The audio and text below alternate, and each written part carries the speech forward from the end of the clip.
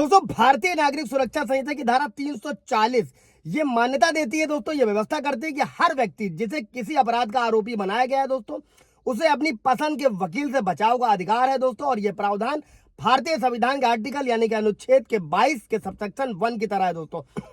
जो ये सुनिश्चित करता है दोस्तों कि किसी भी व्यक्ति को कानूनी सहायता प्रदान करी जाए अगर उसको जरूरत है तो। और इस धारा का उद्देश्य दोस्तों यह है कि हर आरोपी को निष्पक्ष सुनवाई का अधिकार मिले, और यह अधिकार सभी पर लागू होता है, चाहे आरोप किसी भी तरीके का हो दोस्तों, क्राइम किसी भी तरीके का हो। फॉर एग्जाम्पल मान लीजिए किसी पर चोरी का आरोप लगाया गया है तो धारा 340 के तहत उसको अपनी पसंद का वकील रख सकता है, जिससे उसे मजबूत और बेहतर बचाव का अवसर मिल सकता है, और यह अधिकार किसी भी परिस्थिति में छीना नहीं जा सकता है दोस्तों। साथ में ही जहां पर जो धारा 340 है दोस्तों वो कानूनी प्रतिनिधित्व का अधिकार देती है, वहीं जो धारा 341 है वो क्या करती है दोस्तों, वो ये सुनिश्चित करती है कि अगर कोई आरोपी वकील का खर्च उठाने में सक्षम नहीं है,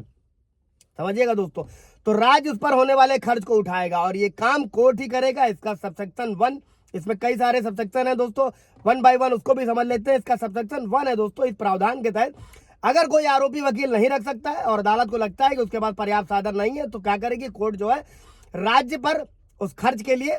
जो है उसके बचाव के लिए वकील नियुक्त करेगी। ये राज्य काम करेगा और कोर्ट आदेश करेगा। और ये प्रावधान सुनिश्चित करता है दोस्तों कि कोई आरोपी बिना कानूनी प्रतिनिधित्व के सुनवाई का सामना ना करे दोस्तों। इसका सबसेक्शन 2 क्या कहता है,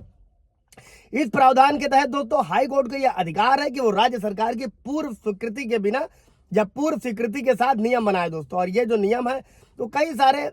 आधार पर निर्धारित होते हैं दोस्तों, जैसे कि वकीलों का चयन की प्रक्रिया, अदालतों द्वारा इन वकीलों को दी जाने वाली सुविधाएं, साथ में सरकार द्वारा इन वकीलों को दिया जाने वाला शुल्क, ये सब सुनिश्चित करता है दोस्तों कि जो कानूनी सहायता का तंत्र है वो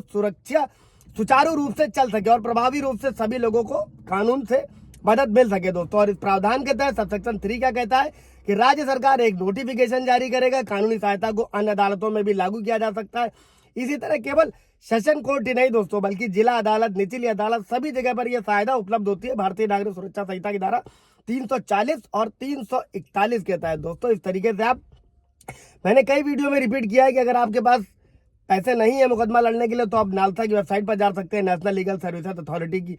वहां पर ऑनलाइन अप्लाई कर सकते हैं। हर डिस्ट्रिक्ट में, हर हाई कोर्ट पे जो है वहां पर डीएलएसए का ऑफिस होता है, डिस्ट्रिक्ट लीगल सर्विसेज अथॉरिटी का, वहां पर जा सकते हैं और अपने लिए कानूनी विधिक सहायता प्राप्त कर सकते हैं, फ्री एडवोकेट ले सकते हैं, और जो भी कानूनी जानकारी है वो तो आप मुफ्त में पा ही सकते हैं दोस्तों। कोई सवाल जवाब होगा तो कमेंट में पूछिएगा, क्लियर किया जाएगा। Thank you.